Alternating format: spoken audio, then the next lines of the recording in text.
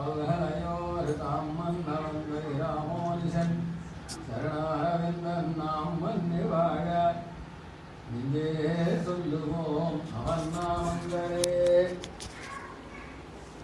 ప్రియ భగవద్ రామానుజ దాసులారా, భగవద్ రామానుజ వైభవంలో 7వ రోజు ప్రవచనంలోకి మనం ప్రవేశిస్తున్నాం. భగవద్ రామానుజ వైభవం ఎలాంటిదంటే, భగవానుడు కూడా రామానుజులు మాకు కావాలి, వారు మాతో ఉండాలి అని ఆశపడేటటువంటి గొప్ప వైభవం భగవద్ రామానుజ. భగవద్ రామానుజాచార్య స్వామి గారు కాంచీపురంలో వెంచేసి ఉండేవారు. విద్యాభ్యాసాదులన్నీ కూడా అవతారం మాత్రం శ్రీపెరుంబుదూరు, కానీ విద్యాభ్యాసాదులు కైంకర్యం అంతా కాంచీపురంలో జరిగింది. ధరించారు అంటే కాంచీపురంలో వరదరాజ పెరుమాళ్ సన్నిధిలోనే కాషాయాలు స్వీకరించారు భగవద్ రామానుజ. అదే వస్తుంది. భగవద్ రామానుజాచార్యులు కాంచీపురంలో పెరుమాళ్ళ తీర్థకైంకర్యం చేసేటటువంటి సందర్భంలో కాంచీపూర్ణుల విషయంలో భగవద్ రామానుజులకు అమితమైనటువంటి ఒక ప్రేమ కలిగింది. ప్రేమ అంటే గురుభావం కలిగింది. భగవద్ రామానుజులు కాంచీపూర్ణుల్ని వారి తిరుమాళిలో కలిసి, అయ్యా మేము మిమ్మల్ని ఆచార్యులుగా స్వీకరించాలనుకుంటున్నాము, మీ వద్ద మేము కొన్ని రహస్యాన్ని తెలుసుకోవాలనుకుంటున్నాము అనే ఒక భావాన్ని పొందారు భగవద్ రామానుజులు. దాన్ని వ్యక్తం చేశారు కాంచీపూర్ణుల ముందు. కాంచీపూర్ణులు కూడా యామునాచార్య శిష్యులే అవడం చేత కాంచీపూర్ణులు దానికి అంగీకరించారు. కాంచీపూర్ణులు అంగీకరించకపోవడానికి ఒక కారణం, నాటి కాలమాన పరిస్థితులను అనుసరించి భగవద్ రామానుజులము బ్రాహ్మణ వైష్ణవ కులానికి చెందినవారు, కాంచీపూర్ణులము వైశ్య కులానికి చెందినవారు అని ఒక వాదన, వేరే కులానికి చెందినవారు ఇంకో వాదన. సరే, ఎవరైతే కానీ మనకు అవసరం లేదు. వర్ణాశ్రమ విరుద్ధమైనటువంటి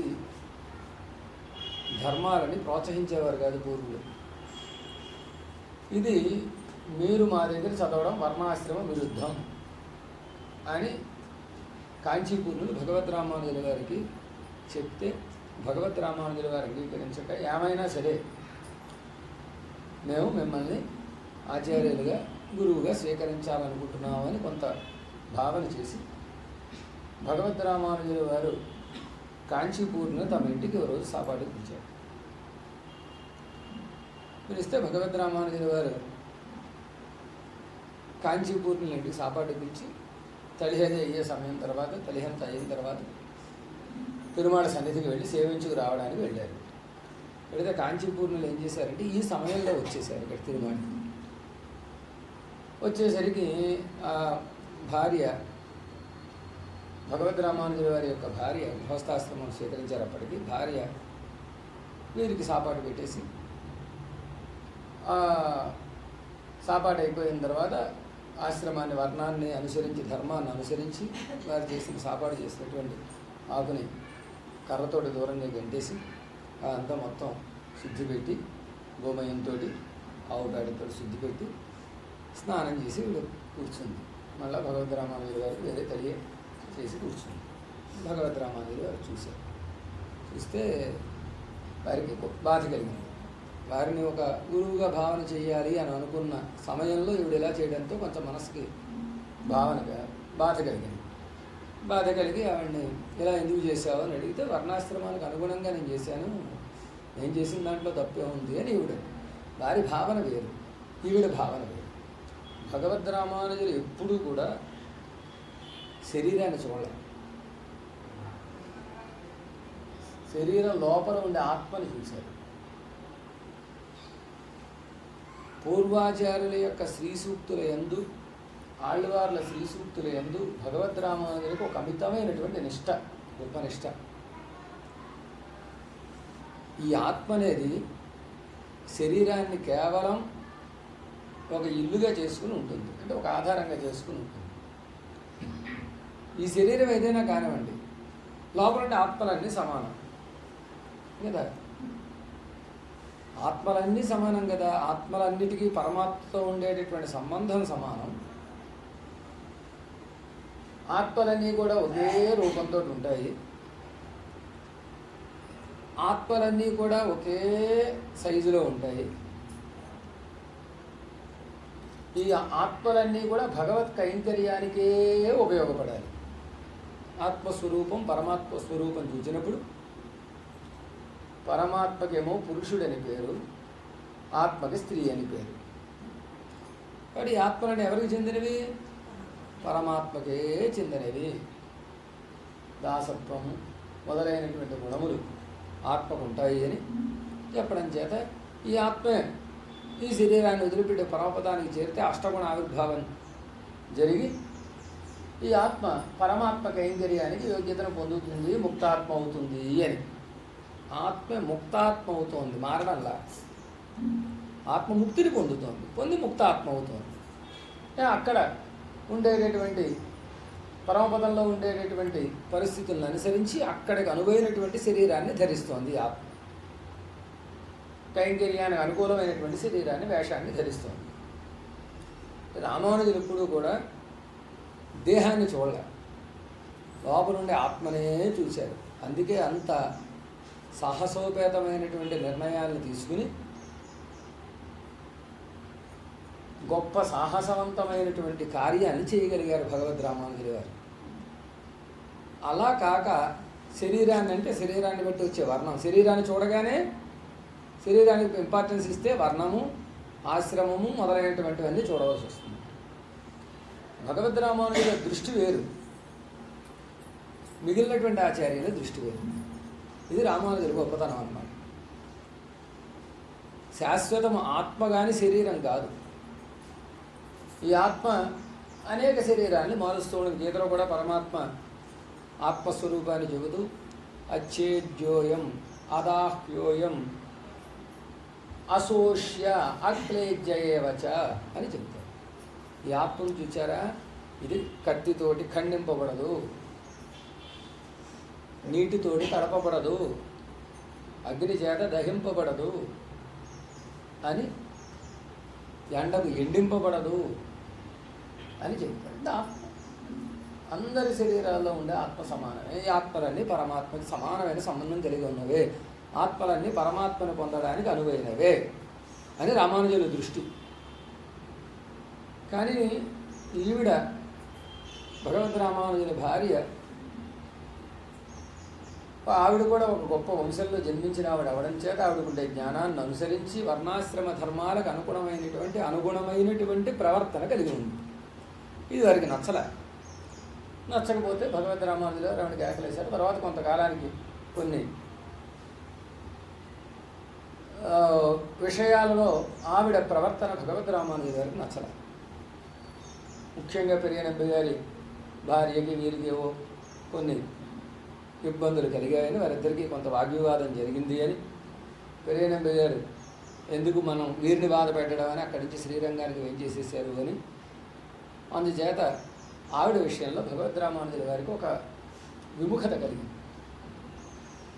ఇది ఇక్కడ మనం గమనించవలసింది ఏమిటంటే, ఆవిడ చాలా గొప్ప ఆవిడ, భగవద్ రామానుజుల సంబంధం కలిగినటువంటి వ్యక్తి కదా. దేహ సంబంధంగా మనందరం వేరు, ఆవిడ వేరు. భగవద్ రామానుజుల వారితోటి దేహ సంబంధం కలిగి ఆయనతో కలిసిమెలిసి జీవించి ఉండేటటువంటి ఆవిడ చేసినటువంటి పనిని తప్పుపడడానికి లేదు. అలా గనక మనం తప్పుపట్టడం ప్రారంభిస్తే భగవద్ రామానుజ వైభవానికి ఒక కొరత వస్తుంది కదా. కామాది దోషహరమని ఆశ్రయించిన వాళ్ళ యొక్క కామాది దోషాన్ని హరించే భగవద్ రామానుజుల వారి భార్య యొక్క దోషాలను హరించలేకపోయారా అనే ఒక ప్రశ్న వస్తుంది కదా. కాబట్టి అది మనం తర్కించకుండా ఆవిడ చేసిన కార్యాలు భగవద్ రామానుజులు సన్యాసాశ్రమాన్ని స్వీకరించడానికి భగవంతుడి చేత కల్పింపబడినవి అని భావించారు. భగవంతుడు ఏదో కొన్ని కారణాలు చూపించకపోతే వైరాగ్యం కలగదు. వైరాగ్యం కలగకపోతే ఉత్తమాశ్రమిగా భగవద్ రామానుజులు మారరు. భగవద్ రామానుజులు మారకపోతే సంసారం అనేటటువంటి కళ్ళె ఉంటే కొన్ని కార్యక్రమాలు చేయలేరు. ఆ కళ్ళెని తెంపుకోవాలి. అది భగవద్ రామానుజులకి జరగాలి. అది జరగాలంటే ఏదో ఒక రకమైనటువంటి వైరాగ్యాన్ని కలిగించాలి భగవద్ రామానుజుల గారి. సంసారం ఎందు విముఖతను కలిగించాలి. అలా భగవద్ రామానుజుల గారికి వైముఖ్యం కలిగింది. కలిగిన వెంటనే కాంచీపూర్ణను కలిశారు. కాంచీపురం ఆజ్ఞ తీసుకున్నారు.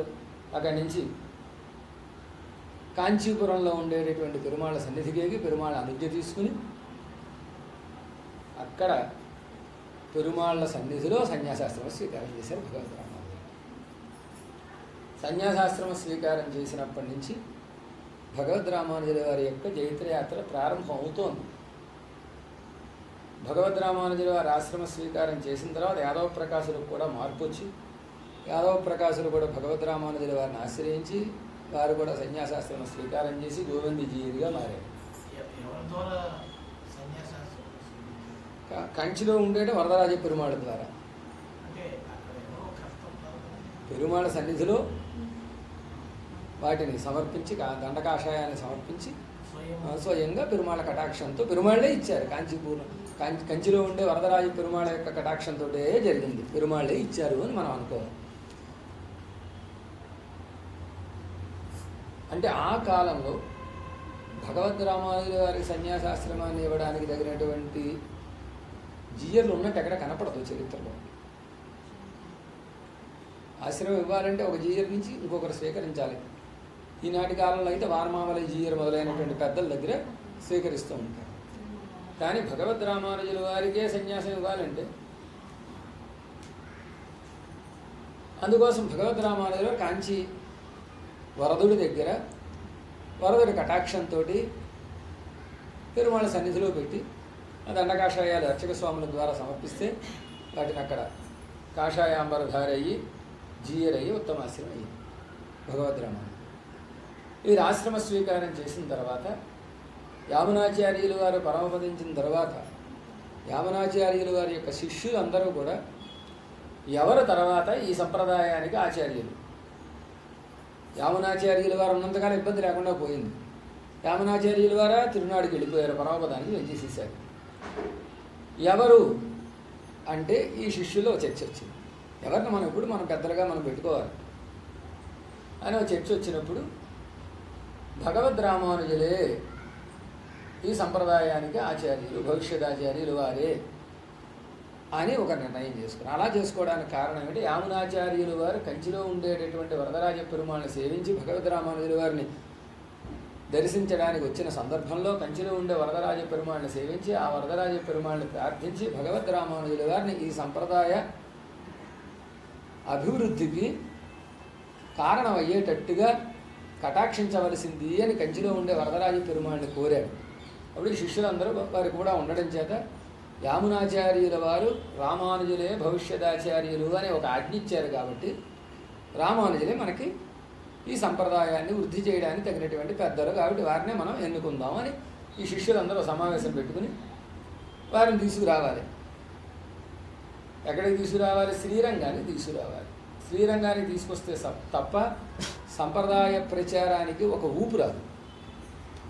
సంప్రదాయ ప్రచారానికి ఒక ఊపు రావాలంటే రామానుజుల వారు శ్రీరంగానికి ఇచ్చేయాలి. శ్రీరంగానికి విచ్చేయడానికి వీరందరూ ఎలా తీసుకురావాలి రామానుజుల్ని అని ఒక సమావేశం పెట్టుకున్నారు. ఎలా తీసుకురాగలరు? పెరుమాళ కటాక్షంతో తప్ప తీసుకురాగలరు. రంగనాథుడి సన్నిధికి చేరింది మొత్తం మీటింగ్ అంతా. చివరికి రంగడి సన్నిధికి వెళ్ళి, రంగనాథ, రామానుజుల్ని రప్పించవయ్యా, ఇక్కడికి రప్పించి ఈ సంప్రదాయాన్ని వృద్ధి చేయి. ఈ సంప్రదాయాన్ని నువ్వు వృద్ధి చేయకపోతే నీ సంప్రదాయం ఎవరు వృద్ధి చేస్తారు? బాధ్యత నీది కదా అని రంగనాథుడిని ప్రార్థిస్తే రంగనాథుడు రామానుజుల వారిని తీసుకురమ్మని చెబితే కొంతమంది శ్రీ వైష్ణవులు వెళ్ళి, పెద్దలు వెళ్ళి కంచిలో ఉండే వరదరాజస్వామిని, ఓ స్వామి మాకు రామానుజుల్ని పంపించమని రంగనాథుడు ఉత్తరం రాసిచ్చాడు. రంగనాథుడు వరదరాజ పెరుమాళకు ఉత్తరం రాసిచ్చాడు. ఏమని? మీ రామానుజుల్ని మా కొరకు సంప్రదాయ అభివృద్ధికి శ్రీరంగానికి పంపవలసింది. వరదరాజస్వామికి ఆ ఉత్తరాన్ని విన్నపం చేశారు. ఉత్తరం రాశారంటే పెరుమాళ్ళు స్వహస్తాలతో రాయరు, అక్కడుండే అర్చక స్వాములు రాస్తారు. అని అర్చక హరి రంగుడు ఉత్తరం రాశాడు అని శ్రీముఖాన్ని కటాక్షిస్తే వరదరాజ పెరుమాళ్ళు ఆ శ్రీముఖాన్ని చూసి, మేము రామానుజుల్ని వదలుకోలేము, నా ప్రాణముల కంటే రామానుజులు ఎక్కువ, ప్రాణాలు ఎవరైనా వదులుకుంటారా? వదులుకోలేము, పంపించమని చెప్పి చెబితే వచ్చేసారు. ఆ శ్రీముఖం పట్టుకెళ్ళిన పెద్దలు ఉంటారు కదా, వాళ్ళు తిరిగి వచ్చారు. ఇప్పుడు కూడా నృత్యాన్ని అద్భుతంగా చేస్తారు. ఆడి పాడి మురిపించి వరదరాజస్వామి రామానుజుని తీసుకురావాలి అని పంపించారు. పంపిస్తే అరయ్యర స్వామి కాంచీపురానికి వేయించేశారు. కాంచీపురానికి వేయించేసి పెరుమాళ్ళని సేవించారు. పెరుమాళ్ళని సేవిస్తే పెరుమాళ్ళు పెద్ద గానాన్ని చేస్తామంటే ఒక పెద్ద సమావేశం ఏర్పాటు చేశారు వరదరాజ పెరుమాళ్ళు. ఆ సమావేశంలో అత్యద్భుతమైనటువంటి రీతిలో గానం చేశారు, నాట్యము చేశారు. గానప్రియుడు, గానలోలుడిగా ఉండేటటువంటి వరదరాజ పెరుమాళ్ ఈయన యొక్క గానానికి, ఈయన యొక్క నృత్యానికి మోహింపబడిపోయారు, వ్యామోహితులయ్యారు. వ్యామోహితులై ఏమద్భుతంగా చేశారండి, ఎంత బాగా చేశారు, మీకు మేము వరం ఇవ్వాలనుకుంటున్నాం అన్నారు. మేము ఏదడిగితే అది ఇస్తారా అన్నారు. ఈయన అమ్మవారిని తప్ప ఏదైనా అడిగిస్తాం, అమ్మవారిని తప్ప ఏదైనా అడిగిస్తాం అన్నారు వరదరాజ పెరుమాళ్. అమ్మయ్య అనుకున్నారు. సరే అయితే రామానుజులు మాకు ఇవ్వండి. అబ్బా అబ్బా ఎంత తప్పు చేసేసాం, ఎంత తప్పు చేసేసాం అనుకున్నాం. వరదరాజస్వామి అయ్యయ్యో ఎంత తప్పు చేశాం, నా ప్రాణాన్ని అడిగావయ్యా. అమ్మవారు తప్ప అన్న చోట రామానుజులు తప్ప అని అనాలి నేను. ఏమిటో మతిమరుపు, నీ గానం చూచి, నీ నాట్యం చూచి మోహింపబడిపోయి పొరపాటున అమ్మవారు తప్ప అనేసానయ్యా. అమ్మవారు రామానుజులు తప్ప అని ఉంటే బతికిపోయేవాడిని. కానీ రామానుజుల్ని ఇమ్మని నువ్వు అడుగుతున్నావు, నా ప్రాణాలను అడుగుతా, న్యాయం అయ్యా, ఇందులో న్యాయం ఏమైనా ఉందా? వదిలేయకూడదు. యా మా రంగడు ఆజ్ఞ ఇది, మాకు రామానుజులు కావాలి, మీరు కటాక్షించవలసిందే. మీరేమో పెద్ద రామావతారంలో బోళ్ళు ప్రగల్భాలు పలికారు కదా, రామో ద్విర్ణాభిభాషతే అని, రాముడు 2 మాటలు మాట్లాడు అని. మరి రామావతారాన్ని అనుసరించి వచ్చిన అత్యావతారం కదా ఇది, మీరు 2 మాటలు మాట్లాడతారా? మాట్లాడరు కదా. కాబట్టి ఇచ్చిన మాటకి కట్టుబడి రామానుజుల్ని మాతో పంపండి అని అంటే, పెరుమాళ్ళు ఇంకా చేసేది లేక దారి లేక రామానుజుల్ని శ్రీరంగానికి పంపించారు అని భగవద్ రామానుజుల వారు కాంచీపురంలో ఉండేటటువంటి వరదరాజ పెరుమాళ్ ఆజ్ఞతోటి వరదరాజ పెరుమాళ్ళని సేవించి, కాంచీపూర్ణుల్ని సేవించి, పుట్టింటి నుంచి అత్తింటికి వెళ్ళేటటువంటి ఒక పెళ్లి కూతురు ఎలా అయితే, కొత్తగా పెళ్ళైనటువంటి అమ్మాయి పుట్టింటి నుంచి అత్తింటికి వెళ్ళేటప్పుడు ఎలా అయితే అన్ని సామాన్లు సర్దుకుని నలుగురికి చెప్పి వెళ్ళొస్తానని చెప్పి, అంతా ఊరంతా చెప్పి మా అత్తారింటికి వెళుతున్నానని చెప్పుకుని వచ్చినట్టుగా భగవద్ రామానుజుల వారు శ్రీరంగానికి వేయించేశారు. ఇది భగవద్ రామానుజుల వారి వైభవం. భగవానుడైనటువంటి రంగనాథుడు కూడా రామానుజులు మాకు కావాలి అని అనుకుని, ఆ రామానుజులు రప్పించడం కోసం ఒక మంచి తంత్రాన్ని పన్ని, కుతంత్రం అంటే బాగుండదు కాబట్టి మంచి తంత్రాన్ని పన్ని అరయ్యల ద్వారా వరదరాజ పెరుమాళని మోహింపజేసి మాటిచ్చేలా చేసి భగవద్ రామాను తన దగ్గరికి రప్పించి ఉన్నారు. మరి వరదరాజ పెరుమాళ్ళు గొప్ప త్యాగయ్యారు. అందుకే కాంచీపురానికి త్యాగమంటపం అని పేరు. ఏం త్యాగం చేశాడు వరదరాజస్వామి? రామానుజుల వారినే త్యాగం చేశాడు. వాడి త్యాగమంటపం అని పేరు వచ్చింది. అక్కడి నుంచి రామానుజులు శ్రీరంగానికి వేయించేసి శ్రీరంగంలో అత్యద్భుతమైనటువంటి రీతిలో కైంకర్యాన్ని శ్రీ వైష్ణవ శ్రీ అంతా వృద్ధి పొందేటట్టుగా అద్భుతమైన రీతిలో శ్రీరంగంలో కైంకర్యం చేశారు. ఎంత గొప్పగా కైంకర్యం చేశారంటే, నిన్న మనం చెప్పుకున్నట్టుగా రంగనాథుడే రామానుజుల యొక్క కైంకర్యానికి వ్యామోహపడి ఈ సంప్రదాయాన్ని వారు పెంచి పోషించినటువంటి రీతికి ముగ్ధులై ఈ దర్శనానికి ఎంబెరుమానార్ దర్శనం అని మేము ఈనాటి నుంచి పేరు పెడుతున్నాం అని పేరు పెట్టి ఎంబెరుమానార్ దర్శనాన్ని చేసి ఓ రోజున భగవద్ రామానుజుల వారిని తమ యొక్క నిండు సభలోకి పిలిపించి ఉభయ విభూతి నాథత్వాన్ని పెద్దలందరి సమక్షంలో వారికి అప్పచెప్పారట. తాళజవులు అప్పచెప్పారన్నమాట. పెత్తనమంతా భగవద్ రామానుజుల వారికి అప్పచెప్పారు. అంతేకాక భగవద్ రామానుజుల వారిని తమ ఎదురుగుండా అట్టే పెట్టుకోవాలి అనే ఒక తపనతోటి భగవద్ రామానుజుల శరీర విమోచన అనంతరం కూడా భగవద్ రామానుజులు తిరుమేనిని వదిలిపెట్టేసిన తర్వాత కూడా 120 సంవత్సరాలు ఈ విభూతిలో భగవద్ రామానుజుల వారు వేంచేసి ఉన్నారు. భగవద్ రామానుజుల వారు శ్రీరంగంలో శ్రీరంగనాథుడి యొక్క సన్నిధిలో మీనోత్తర కళ్యాణ సందర్భంలో గద్యత్రయాన్ని అనుసంధానం చేశారు. గద్యత్రయాన్ని అక్కడ కటాక్షించారు. అమ్మవారి రంగనాయకి సన్నిధి ఉంటుంది. ఆ రంగనాయకి సన్నిధి దగ్గర ఒక మంటపం ఉంటుంది. దానికి గద్యత్రయ మంటపం అని పేరు. ఆ మంటపంలో శారపాండియన్ అని ఒక అద్భుతమైనటువంటి సింహాసనం. ఆ సింహాసనం మీద రంగనాయకితో పాటు రంగనాథుడు కలిసి వేంచేసి ఉండే ఒకే ఒక్కరోజు, సంవత్సరంలో ఒకే ఒక్కరోజు మీనమాసంలో ఉత్తర నక్షత్రం రోజున చేసేటటువంటి కళ్యాణం మీనోత్తర కళ్యాణం అని దానికి పేరు. ఆ మీనోత్తర కళ్యాణానికి రంగనాథుడు ఏం చేస్తాడు? ఈ ఉత్సవానికి శేర్తి ఉత్సవం అని పేరు. మన ప్రాంతంలో కళ్యాణం అని అంటాం కానీ అక్కడ శేర్తి ఉత్సవమే. ఈ దేశాల్లో కళ్యాణాలు ఉండవు, సూత్రధారణ వగైరాలు ఏమి ఉండవు. ఇద్దరూ ఒక చోట కలిసి వేంచేసి ఉండడమే. అలాగ పెరుమాళ్ళు రంగనాథుడు ఒక చోట వేంచేసి ఉండేటటువంటి సందర్భంలో ఎలా అయితే లక్ష్మణస్వామి సీతమ్మ రామచంద్రుడు కలిసి ఉన్న సందర్భంలో రామచంద్రుడి యొక్క చరణార విందాల్లో శరణాగతిని చేశాడు, అలాగే భగవద్ రామానుజుల వారు శరణాగతి గద్య, శ్రీరంగ గద్య, శ్రీవైకుంఠ గద్య మొదలైనటువంటి 3 గద్యలను అనుసంధానం చేసి అందులో మొట్టమొదటగా అమ్మవారికి పురుషకారభూతురాలుగా ఉండేటటువంటి అమ్మవారికి శరణాగతి చేసి ఓం భగవన్నారాయణ అని ప్రారంభించి అమ్మవారి వైభవాన్ని చెప్పి ఆ తర్వాత స్వామిని శరణాగతి చేసి అద్భుతమైనటువంటి రీతిలో శరణాగతి చేశారు. శరణాగతి చేస్తే ప్రసన్నుడైనటువంటి రంగనాథుడు మీకేం కావాలి రామానుజ కోరుకోండి. ఏం కావాలండి? మాకు మోక్షం కావాలి అని అడగడానికి రామానుజులు అనుసంధానం చేయలేదు. మా వారందరికీ మోక్షం కావాలి అంటే ఉమక్కుం ఉమ్ముడయోర్కం ఎల్లార్కం పరమపదం తందో, మీకు మీ దాసులందరికీ పరమపదాన్ని ఇచ్చేశాం అని రంగనాథుడు మాట చెప్పాట.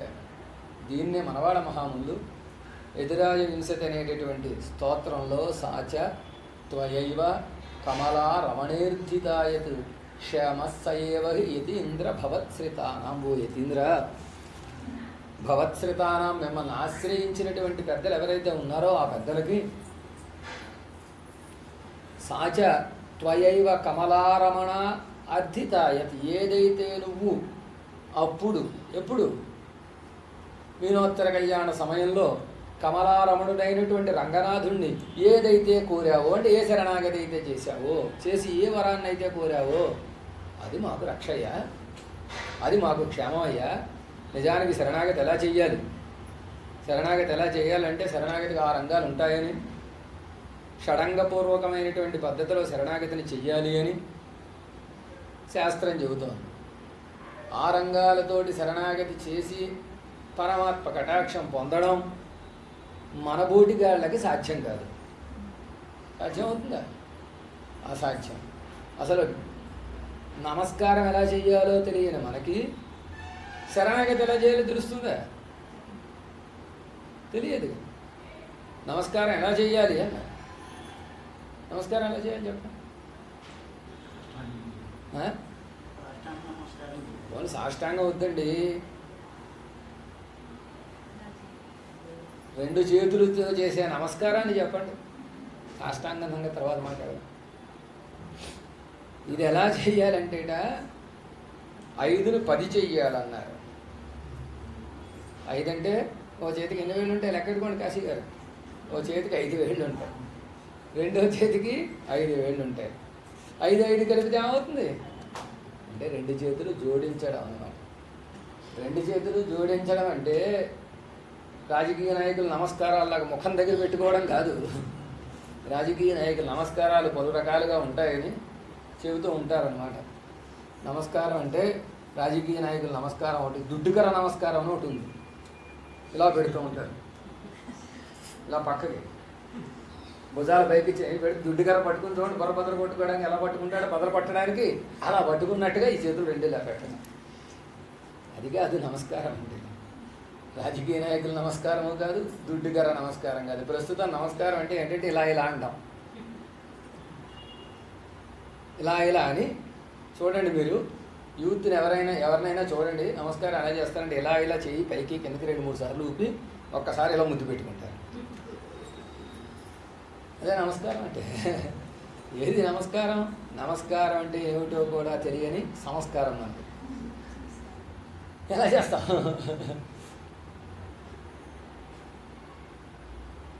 ఎలా చెయ్యాలంటే రెండు చేతులు జోడించాలి. జోడించినప్పుడు ఈ రెండు చేతులు ఎక్కడ ఉండాలి? హృదయం దగ్గర ఉండాలి. మన ఆడవాళ్ళు ఒక అద్భుతమైన పాసురాన్ని చెప్పారు నమస్కారాన్ని గురించి. ఎట్టినోడు ఇరండయం కయత్తినాల్ మనందనై కట్టి. ఎట్టినోడు అంటే 8తో, ఇరండయం రెండిటిని, కయత్తినాల్ చేతులతోటి, మనంతనై మనస్సుని కట్టి. 8 2 ఎంత? 10. ఇందాక 2 5లు పచ్చేయడం ఉన్నాం కదా, 10. 8 అంటే అష్టాక్షరి మహామంత్రం, 2 అంటే ద్వయమంత్రం. అష్టాక్షరి మహామంత్రం 2 బొటనవేళ్ళు దూరంగా ఉంటాయి. ఇప్పుడు ఇది ద్వయమంత్రం. అష్టాక్షరి మహామంత్రము ద్వయమంత్రము. అష్టాక్షరి మహామంత్రార్థాన్ని ద్వయమంత్రార్థాన్ని మనసుకు తెచ్చుకుని 2 చేతులతో మనసును బంధించాలి. ఎన్ని బంధించినా ఉపయోగం ఉండదు, మనసును బంధిస్తేనే ఉపయోగం. మనసుని పరమాత్మ వద్ద మాత్రమే ఉండేటట్టుగా బంధించాలి. ఇలా బంధిస్తే దీనికి నమస్కారం అని పేరు. నమః అంటే ఏంటి? నేను కాదు, నాది కాదు అంటే అహంకార మమకార నివృత్తి పూర్వకంగా పరమాత్మ సన్నిధిలో 2 చేతులు జోడించి మనసును లగ్నం చేసేటటువంటి ప్రక్రియకి నమస్కారం అని పేరు. ఎంతమంది చేస్తున్నాం ఇలాగా? ఒక్కళ్ళ కూడా చేయట్లేదు కదా. మీరు ఏకంగా సాష్టాంగం దాకా విడిపోయారు. అష్టాంగం దాకా 2 అంగాలనే కలపలేకపోతున్నావు ఇక్కడ 2 చేతుల్ని. సాష్టాంగ నమస్కారం అని వదిలేయండి, ఇది కష్టం. భగవంతుడి సన్నిధిలో శరణాగతి చేయడం మాట దేవుడు ఎరిగితే ఒక్కసారి 2 చేతులు జోడించి దాసోహమే సక్రమమైన పద్ధతిలో చేయలేని ఈ చేతనుడు పరమాత్మ సన్నిధికి వెళ్ళి శరణాగతి చేసి పరమాత్మ కటాక్షాన్ని పొంది పరమపదాన్ని పొందుట అనేది ఉంటుందా? ఉండనే ఉండదు. మన తెలివితేటలు, మన శక్తి, మన యొక్క ఉపాయం, మన యొక్క పరిస్థితి అన్నీ రామానుజులు గారు ఆ రోజు ఊహించేశారు. వీళ్ళు ఎవరు శరణాగతి చేయలేరు, సక్రమమైన రీతిలో పరమాత్మ కటాక్షం పొందలేరు. కాబట్టి అదేదో నేనే పడతాను, ఆ పాటలేవు, ఆ శరణాగతి చేయవలసినటువంటి పాటలేవో నేనే పడతా. పడి నా పిల్లలకి, నా బిడ్డలకి ఆ ఫలాన్ని అర్పిస్తాను అని భగవద్ రామానుజులు గారు మన తరపున రంగడి సన్నిధిలో శరణాగతి చేశాడు. సాచత్వయైవ. సాచ అంటే ఆ శరణాగతి. ఏ శరణాగతి? ఆ రోజు నీ చేత రంగడి సన్నిధిలో మా కొరకు చేయబడిన శరణాగతి, నీ కొరకు చేయబడింది కాదు. రామానుజుల వారికి మోక్షం కావాలంటే శరణాగతి చేసి పరమాత్మ సన్నిధిలో గజత్రి అనుసంధానం చేస్తేనే మోక్షం వస్తుంది. ఏమిటి? వచ్చిన వారు ఎక్కడి నుంచి వచ్చారు? అక్కడి నుంచి వచ్చారు కదా. మళ్ళీ ఎక్కడి నుంచి వచ్చారు అక్కడికి వెళతారుగా తప్పకుండాను. సందేహం ఏముంది ఇందులో? మరి ఎందుకు చేశారు? మన కొరకు చేశారు. ఆ శరణాగతి ఎలా చేయాలో మనకు తెలియదు కాబట్టి, మనం చెయ్యం కాబట్టి, ఆ శరణాగతిని మన తరపున తాము రంగడి సన్నిధిలో చేసి ఆ ఫలాన్ని మనకి ధారపోసి రంగనాథుడి సన్నిధిలో రామానుజుడి శరణాగతి, మా రామానుజుడి శరణాగతి చేశారు అని మనం అనుకుంటే చాలు మోక్షం వచ్చేలాగా. భగవద్ రామానుజులు చేశారు. దీనికి రంగడికి ముచ్చట కలిగింది రామానుజుల విషయంలో. తన కొరకు తాను అడిగితే రంగడు ఎలా ఉండేవాడు, అలా అడిగే స్వభావం కాదు రామానుజుడు.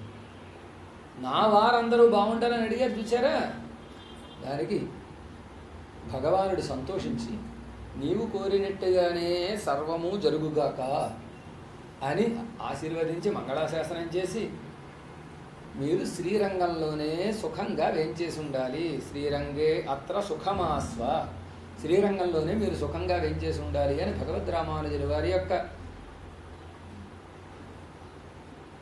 చరమ తిరుమేనిని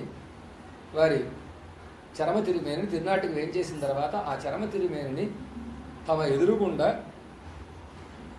వేంచేపు చేసుకుని ఈనాటికి రంగడు రామానుజుడిని సేవిస్తూ ఆనందిస్తున్నాడు.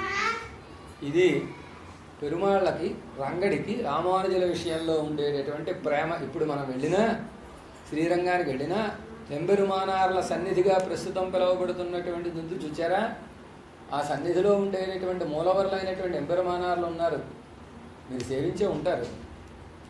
ఆ ఎంబెరుమానార్లు సాక్షాత్ భగవద్ రామానుజుల యొక్క చరమ తిరుమేని, తానాన తిరుమేని. తానాన అంటే తానయ్యన అని అర్థం.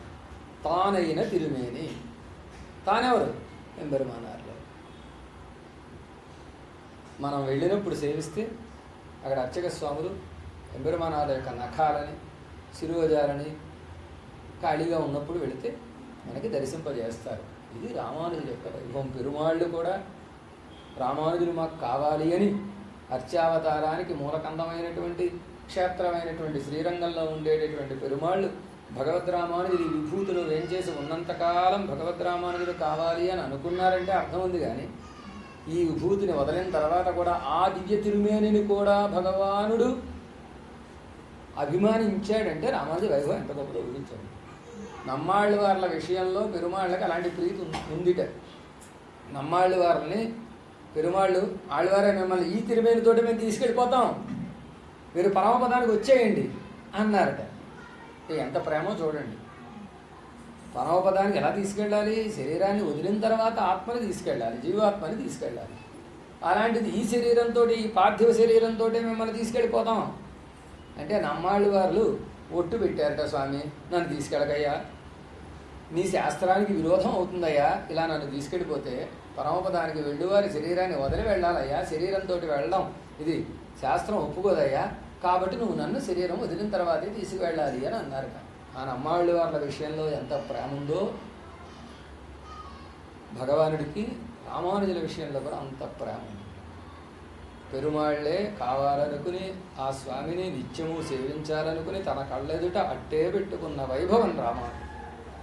అంతేకాకుండా మన కొరకు తామే పెరుమాళ్ల సన్నిధిలో శరణాగతిని చేసినటువంటి గొప్ప మహానుభావులు భగవద్ రామానుజుల వారు. మనవాళ్ళ మహాములు ఆర్తి ప్రబంధంలో ఓ మాట చెబుతారు, రామానుజ నువ్వు మా అందరికీ తల్లివయ్యా, రామానుజ నువ్వు మా అందరికీ తండ్రివయ్యా అన్నారు ఒకసారి.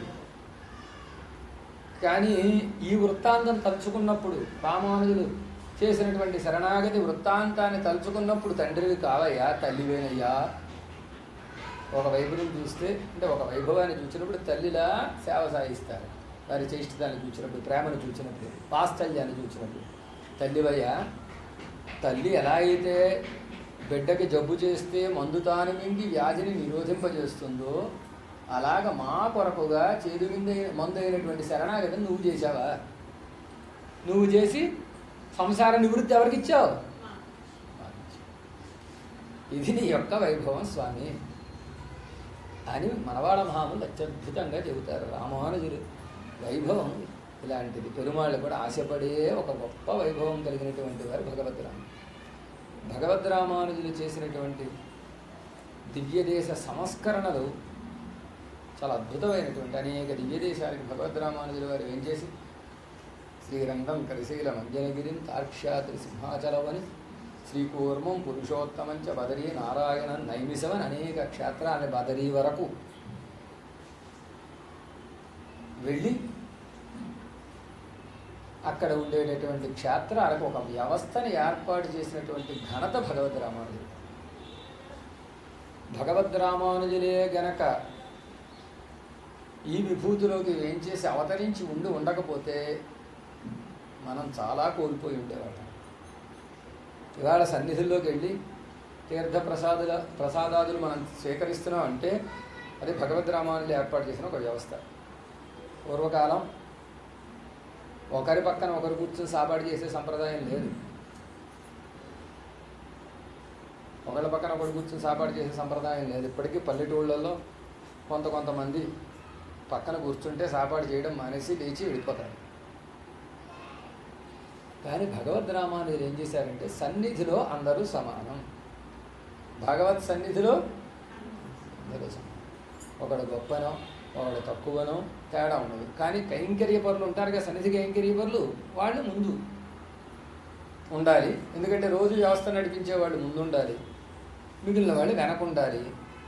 సన్నిధిలోకి వచ్చిన తర్వాత తీర్థ స్వీకారం కానీ ప్రసాద స్వీకారం కానీ గోష్ఠి జరిగేటటువంటి సమయంలో అందరూ కలిసి ఒకే సమయంలో స్వీకరించవచ్చు. దీనికి దృష్టి దోషం కానీ వేరే విధమైనటువంటి దోషం కానీ ఉండదు అని ఒక అద్భుతమైనటువంటి నిర్ణయాన్ని భగవద్రామానుజులు వారు చేసి శ్రీరంగాది క్షేత్రాలలో ఈనాటికి మనం తీర్థగోష్ఠి జరిగేటప్పుడు, ప్రాబోధికి జరిగేటప్పుడు, లేకపోతే సాయంకాలం నిత్యపడి జరిగేటప్పుడు, విశేషోత్సవాలు జరిగేటప్పుడు, ఉదయ సాయంకాలాల్లో ఆయా విశేషోత్సవ సమయాల్లో తీర్థ స్వీకారం చేయడానికి అందరూ కలిసి ప్రసాద స్వీకారం చేయడానికి ఒక అవకాశం కల్పించినటువంటి మహానుభావులు భగవద్రామానుజులు. ఇది సంస్కరణ కాదా? అందరూ కలిసి ఒకే చోట ప్రసాదం స్వీకరించడం అంటే ఎంత అదృష్టం. భగవత్ సన్నిధిలో అంటు దోషం ఉండదు. అంటే అంటుకోవడం అన్నమాట. భగవత్ సన్నిధికి వెళ్ళిన తర్వాత వాడిని ముట్టుకున్నాం వీడిని ముట్టుకున్నాం అని అనుకోక్కల్లా. సన్నిధిలో అందరూ సమానమే. విష్ణువాలయ పరిసర ప్రాంతాల్లో ఎవరిని ముట్టుకున్నా పరిశుద్ధంగానే ఉంటుంది, శుద్ధిగానే ఉంటాడు ఆ వ్యక్తి, అపరిశుద్ధుడు కాడు అని ఒక శాస్త్రం చెప్పేటటువంటి మాట.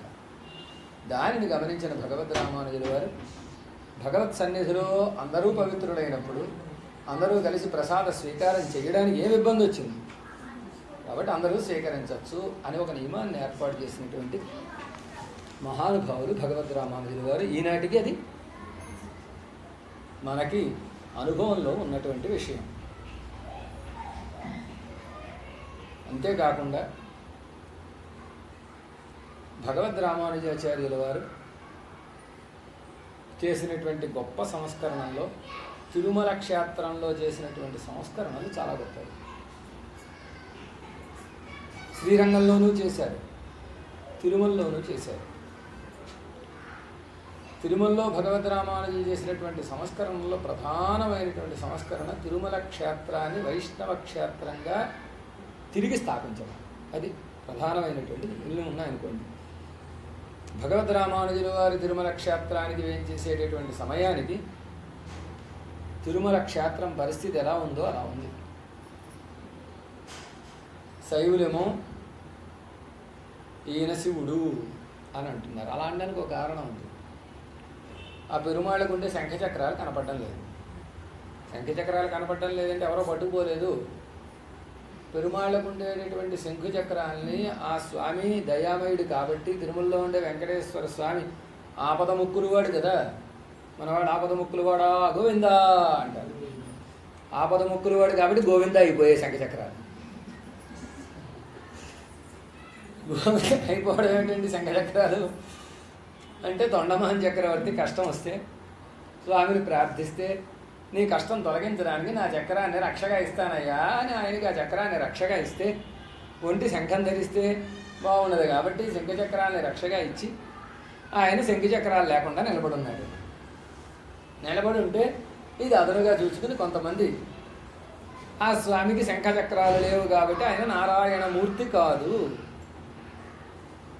అని ఒక పిడివాదం చేస్తూ ఆ మూర్తి రూపాన్ని మార్చి వెనకాల జడ ఉంటుందని, ఇంకోటి ఉంటుందని, ఎదర సింహాలు ఉంటాయని కొంతమంది, ఎదర సింహాలు ఉంటాయి కాబట్టి అమ్మవారిని శక్తి అని, వెనకాల జడ ఉంటుంది కాబట్టి అర్ధనారీశ్వరుడు శివుడు అని, ఇలా రకరకాలైనటువంటి వాదాలు బయలుదేరి భగవద్ రామానుజులు తిరుమలకి ఏం చేసేటటువంటి సమయానికి అక్కడ ఉండే పరిస్థితి అది.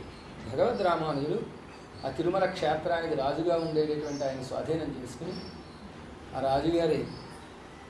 రాజుగారి శిష్యుడిగా చేసుకుని తిరుమల క్షేత్రాన్ని ఉద్ధరించాలి అనుకున్నప్పుడు ఏమండి గురువుగారు, కొంతమంది ఏమో పరమేశ్వరుడు అంటున్నారండి, కొంతమంది ఏమో కుమారస్వామి అంటున్నారండి, కొంతమంది ఏమో శక్తి అంటున్నారండి, కొంతమంది ఏమో విష్ణువు అంటున్నారండి, ఎలా నిర్ణయం చేస్తారు గురువుగారు అని. చేద్దామండి, అందరినీ పిలవండి అన్నారు. ఒక పెద్ద సమావేశం ఏర్పాటు చేశారు. సమావేశం ఏర్పాటు చేసి ఎవరి వాదన వాడు చెప్పారు. ఎవరి వాదనలు వాళ్ళకు ఉంటాయి కదా. వాళ్ళ వాదనలు విన్న తర్వాత భగవద్ రామానుజుల గారు మనందరం కలిసి ఒక నిర్ణయం చేద్దాం అని ఒక నిర్ణయం చేశారు. ఏమిటి ఆ నిర్ణయం అంటే, పెరుమాళ్ల సన్నిధిలో ముందు ఒక బల్లను వేసి పరమేశ్వరుడికి సంబంధించినటువంటి త్రిశూలం, ధమరుగా మొదలైనటువంటివి ఏవైతే ఉంటాయో అవి, అలాగే అమ్మవారికి సంబంధించినటువంటి ఆయుధాదులు ఏవైతే ఉంటాయో అవి, కుమారస్వామికి సంబంధించిన వేలాయుధం ఏదైతే ఉంటుందో అది, నారాయణమూర్తికి సంబంధించినటువంటి శంఖు చక్రాలు, ఇవన్నీ బలమే పేరుద్దాం. పేర్చి తలుపులు వేసేసి సీలు వేసేద్దాం. సీలు వేసేసేసరికి భగవానుడు తెల్లవారేసరికి వీటిని ధరించి ఉంటే ఆ స్వామిగా మనం అంగీకరించి మిగిలినటువంటి వాళ్ళు ఏ గొడవ చేయకుండా వెళ్ళిపోదాం అని ఒక నిర్ణయం చేశారు. రాజుగారి బలం ఉందిగా, రాజుగారు సరే అలా చేద్దామన్నారు. చేద్దామని ఒక పెద్ద బలం వేశారు. తిరువేంకటముడయ్యని ఎదురుకుండా ఆ బలం మీద చెప్పినటువంటివన్నీ పెట్టారు. పెట్టి జాగ్రత్తగా తలుపులు వేశారు. తలుపులు వేసిన తర్వాత సీలు కూడా వేశారు లక్కతోటి. సీలు వేసిన తర్వాత ఎవరైనా వాళ్ళు వెళ్ళిపోయారు. తెల్లవారి మళ్ళీ వచ్చారు, తలుపులు తెరిచారు, సీలు తీశారు. సీలు ఉందా లేదా చెక్ చేసుకున్నారు. చెక్ చేసుకుని తలుపులు తెరిచారు. అందరూ సంతృప్తి పొందిన తర్వాత తలుపులు తెరిచిన తర్వాత బల్లని చూశారు. పెరుమాళ్ళని చూశారు రామానుజులు, బల్లని వీడు చూశారు. పెరుమాళ్ళు ఎలా ఉన్నారు? శంఖచక్రాన్ని ధరించి ఉన్నారు. మిగిలిన ఆయుధాలన్నీ కింద పడవేసి ఉన్నారు. కింద పడవేసి ఉంటే అప్పుడు అందరూ కూడా ఈయన శ్రీమన్నారాయణుడే అని అంగీకరించారు. ఇలాగ తిరుమల క్షేత్రాన్ని సరిదిద్దినటువంటి మహానుభావుడు భగవద్ రామానుజులు వారి గనక ఆ రోజున శంఖచక్రాలని తిరువేంకటముడయానికి ప్రదానం చేసి ఉండకపోతే ఇవాళ తిరుమల క్షేత్రాన్ని మనం సేవించడానికి మనకు అవకాశం ఉండేది కాదు. ఇప్పుడు ఆయనే మాకు దేవుడు అని అందరూ వెళ్ళి సేవించుకోవడానికి అవకాశం ఉండేది కాదు. వాళ్ళు సేవించేవారు, మనం మన క్షేత్రాన్ని సేవించుకునేవాళ్ళం. అలా కాక మనందరం సేవించుకోవడానికి వీలుగా భగవద్ రామానుజుల వారు శంఖచక్రాన్ని తిరువేంకటముడయానికి ప్రదానం చేయడం చేత ఆయన శ్రీ వైష్ణవ దేవుడయ్యి మనందరి చేత సేవింపబడుతున్నాడు ఈ రోజున. ఇది ఎంబెరుమానార్లు చేసిన గొప్ప ఉపకారం. అందుకే ఎంబెరుమానార్ల యొక్క తిరుమంజన కట్టియంలో ఒక అద్భుతమైనటువంటి వాక్యం ఉంది. అప్పనుక్కు చెంగాడి అడిత్తరుడుం పెరుమాళ్. పెరుమాళ్ అంటే ఎవరు? పెరుమాళ్ అంటే స్వామి, పరమాత్మకి పెరుమాళ్ అని పేరు. కానీ ఇక్కడ ఏం చెబుతున్నారు తెలుసా? అప్పనుక్కు, అప్పన్ అంటే మలయప్పన్ అన్నమాట, అంటే తిరువేంకటముడయ్య అని అర్థం. అప్పనుక్కి, అప్పన్కి అంటే వెంకటేశ్వర స్వామికి, శంగు శంఖము, ఆగి చక్రము, అళిత్తి అరుళం పెరుమాళ్ కటాక్షించినటువంటి పెరుమాళ్ళు మీరే. ఆయన పెరుమాళ్ళు కాదు, మీరే పెరుమాళ్ళు. ఆయన పెరుమాళ్ళుగా చేసిన పెరుమాళ్ళు మీరు. ఆయన పెరుమాళ్ళు అయ్యారంటే మీరు కదా. శంఖచక్రాన్ని కటాక్షించి ఉండకపోతే ఆయన పెరుమాళ్ళు అయ్యేవారా? కాదు. కాబట్టి అప్పనక్కు చెంగాడి అడిత్తరుళం పెరుమాళ్ళు అని ఒక అద్భుతమైనటువంటి తిరునామాన్ని పెట్టి కట్టే సమయంలో ఎంబెరుమానార్లు పిలుస్తారనమాట. మొదట ఒక 7-8 వాక్యాల్లో ఎంబెరుమానార్ల సంబోధన ఉంటుంది. ఆ సంబోధనలో ఇది ఒక వాక్యం ఉంది.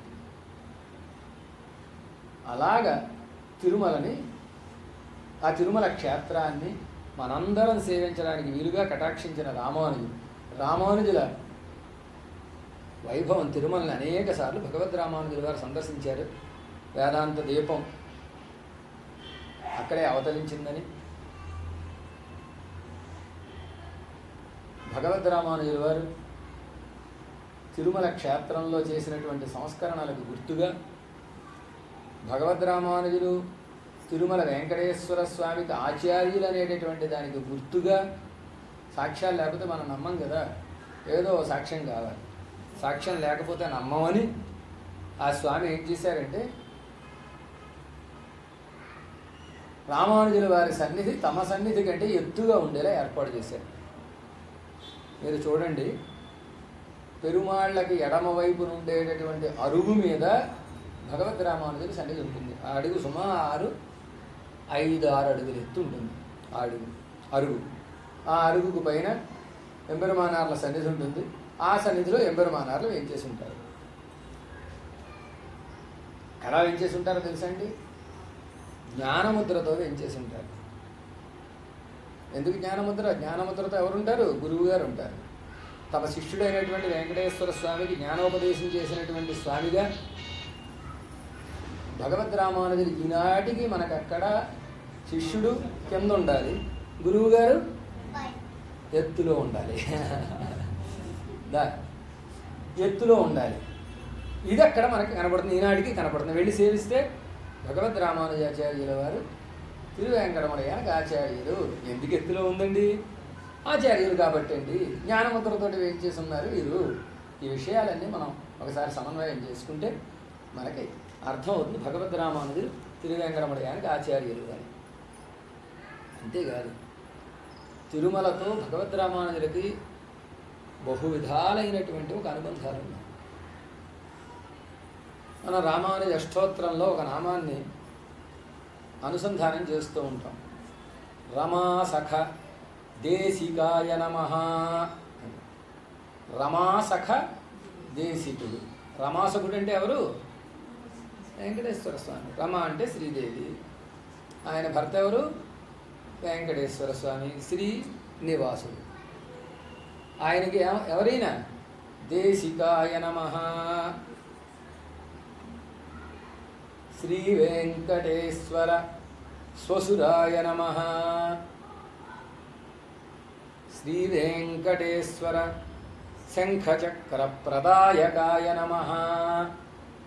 వెంకటేశ్వర స్వామికి శంఖచక్రాన్ని ప్రదానం చేసినటువంటి రామానుజుడికి నమస్కారం. వెంకటేశ్వరులకు ఆచార్యులైన రామానుజుడికి నమస్కారం. వెంకటేశ్వర స్వామికి మామగారైన రామానుజుడికి నమస్కారం. స్వసురహ అంటే మామగారు అన్నమాట. రామానుజుడు మామగారు ఎలా అయ్యారు?